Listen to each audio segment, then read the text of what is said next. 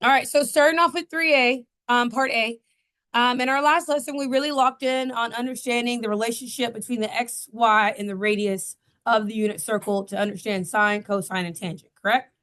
All right, so taking away from that, when you're given any pair of angles at this point, you should be able to determine its sine, cosine, and tangent, correct?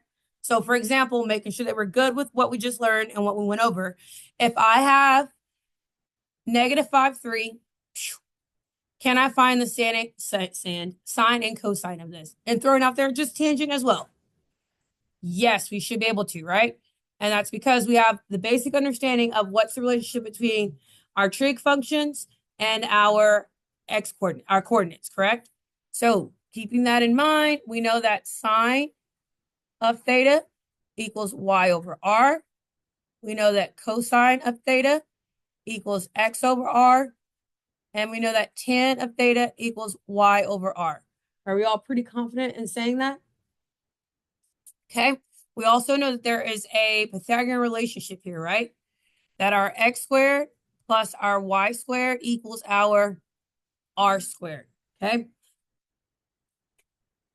What I write? Oh, that's an x. You saw nothing. It was just a little funky x. Yeah. All right. So let's talk about how this works. How do you remember that this is tied to Pythagorean theorem? Is remember from that point, you can create a triangle. And me creating that triangle is what is my distance from the origin horizontally? I've gone -5 units. What is my distance vertically? I've gone 3 units. And what I need is my hypotenuse, which is my r, which is x squared plus y squared equals r squared. Because at that point, it's becoming a right triangle, and I'm finding the radius from there. You with me? We see the connections? All right, so we're going to find our r. So to find our r, we plug in what we know. We know that x is -5 squared. We know that y is 3. We're going to square it, and that's going to equal our r squared. -5 squared is going to give us 25. 3 squared is going to give us 9, and 25 plus 9 is 34. So we're going to take the square root, and that is our r. They want you to leave it in radical form because this is more than likely going to be on your non-calculator part. You're going to leave it in radical form. If you can reduce, great. In this case, I can't because 34 is made up of 2 primes. Not 2 primes. Yeah, 17 and 2. So it's made up of 2 primes, which means that I can't do anything else with this, right? And so therefore my r is going to stay the square root of 34. When you're going to have a radius that is a radical, we have to make sure that we rationalize our denominator, meaning that we do not leave the radical in the denominator. So when we find our sine of our theta, it equals our y over r. So that equals 3 over the square root of 34. This is not rationalized, so we cannot leave it like this. We're going to multiply the numerator and the denominator by our radical. So therefore, this becomes 3 square root of 34 over 34. And that would be your sine. Knowing what I did for sine, obviously the same thing would take place for cosine. So instead of me having to do the whole work of it all, I know that for cosine, it's going to be -5 square root of 34 over 34. Because I would have to rationalize the denominator. Okay.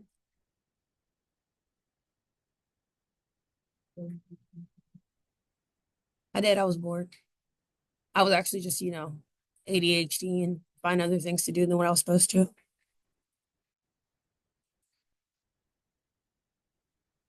All right. Questions, comments, concerns. Cool. So as we keep going, what happens here? What if you're given the trig ratio? Can you find your x, y, and r and be able to graph it in that plane? Because that's where we're at now. Can I work backwards? I'm telling you what sine is, probably. Yes, we can. We're supposed to say that with confidence, not just probably. Yes, we can. All right. So sine theta equals 5 over 6, right? because this equals 5/6. That lets us know that this is our y and this is our r. Does that make sense? That ratio is already established for us.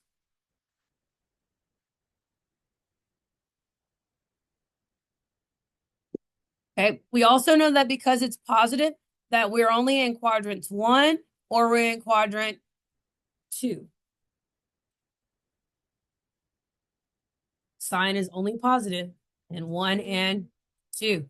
So therefore, we're only in quadrant 1 and in quadrant number 2. Does that make sense? Okay. So with that being said, whether it's going to be positive or negative is what's going to change. I'm going to tell you right now, we're going to probably always choose the positive. So if we have the option of being in quadrant 1, we're in quadrant 1. Got it? All right, so we're positive. Your R is never going to be negative. So if this is trying to debate which is the negative number, it's going to always not be the R. It's either the X or the Y. Your radius is just your distance from the center of the circle to the edge. And distance is always what? Positive. Okay. All right. So can I go backwards to figure out what my X is? Absolutely, I can. So we have X squared plus 5 squared equals 6 squared. Because we're still using X squared plus Y squared equals R squared. Are you with me? All right, so evaluating, we get X squared plus 25 equals 36. I get X squared equals, what is 36 minus 25?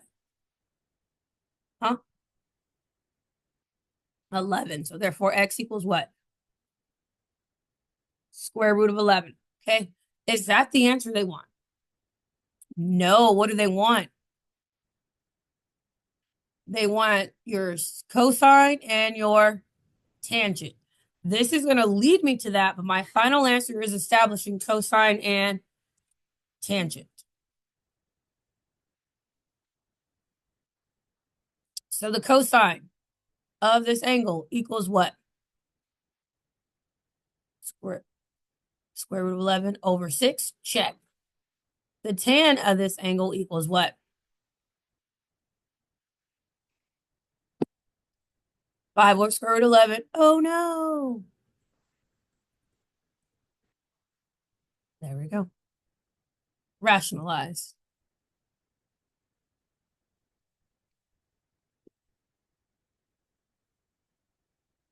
So what this means is that in quadrant 1 or in quadrant 2, we're going to do it in quadrant 1. I'm going 5 units. And I'm going square root of 11, which is 3 and some change. We're going to just mark this here. You're now square root of 11. And I'm going to go 5 units up. You're now at 5 units up. So this is where this point would reside. We're now at square root of 11, comma 5.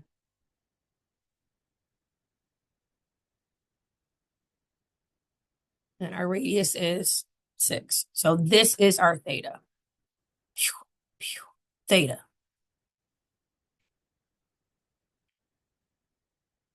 All right, guess whose turn it is? Oh my gosh, it's yours. So your problem is, I was nice. I even told you the quadrant you're in. You're welcome.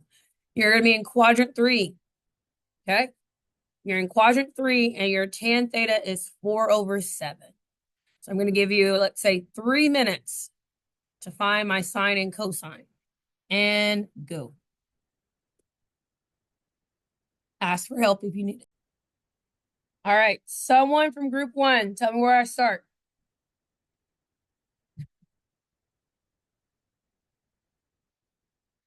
What? Good job. And what are my Pythagorean theorem values? Perfect. There we go. And why are they negative? Because they're in the third quadrant. So your X and Y are both negative because you're in the third quadrant. And in the third quadrant, you have negative, comma, negative. All right. So end up with 16 plus 49 equals R squared. 16 plus 49 is 65. So R equals square root of 65. Can I find sine and cosine now? Yep. We surely can. So sine of theta is going to equal, if I skip the shortcut and just write it in rationalized form, is that okay? Okay, no one's like, where did that come from? Okay. -4 square root of 65 over 65, and cosine of theta equals -7. Perfect. All right. That means if I was to happen to draw it out, we went 4 units to the left. I'm sorry, 7 units to the left. And we went 4 units down. And this is where it resides. Okay, so this is the angle from our initial all the way up into this point. This is our theta. Capiche?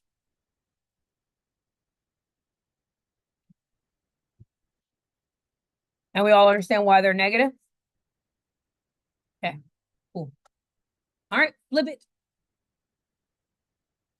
Okay, so remember I told you that it is very important that we recall our 45-45-90s and our 30-60-90s, right? This information is going to help you anytime you're lost or confused on where you may be when filling out the unit circle. These are kind of your Hail Marys, like remembering what is the sine, cosine, and tangent using 30-60-90s. When I was having to learn the unit circle, my teacher actually had, as part of our unit circle quiz, was to have to fill in a 30-60-90 and 45-45-90 triangle before we started our unit circle. And so then I got in the habit of just automatically drawing it on all my papers. Okay. It is a good thing to also have written down when you are going into non-calculator parts of tests, just getting it out, like brain dumping it on your paper, writing it down and remembering where things are. So, remembering where they go. So as far as the order of things, I just remember 1, 2, 3, but I have to also remember that it's not in that order. So 1, 2, 3, but that is 30, 90, 60. So if you do remember it as 1, 2, 3, that is 30, 90, 60. Okay. That just helps you remember where the ratio of sides are going, what things are across from each other. So my opposite of 30 is going to always be 1. My opposite of 60 is going to always be the square root of 3. And my opposite of my 90 is going to always be the multiples of 2's. Okay. That follows. On the 45-45, it's just 1, 1, 2, 1, 1, 2, 1, 1, 2. And that's because that's your 45, 45, and your 90. So however you may need to remember, those just help you in the pinch of being able to evaluate when you're dealing with 30s, 45, and 60-degree angles, which in this case is all the angles on your unit circle, because essentially they're referencing those angles only. All right. Does that remember? Do y'all remember any of that from geometry? Okay, cool. So this is important because we're going to be talking about reference angles. Reference angles are how we relate all of our points on the unit circle to each other.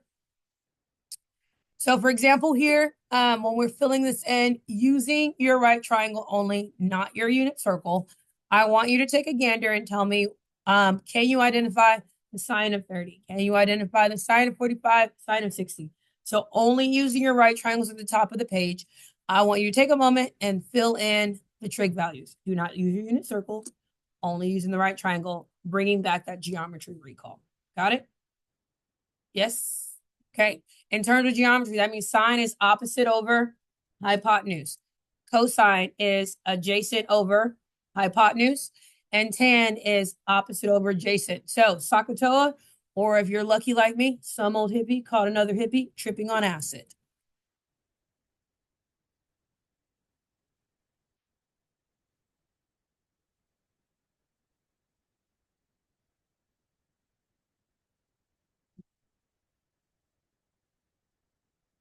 So hopefully we dusted off those geometry skills. Oh, okay.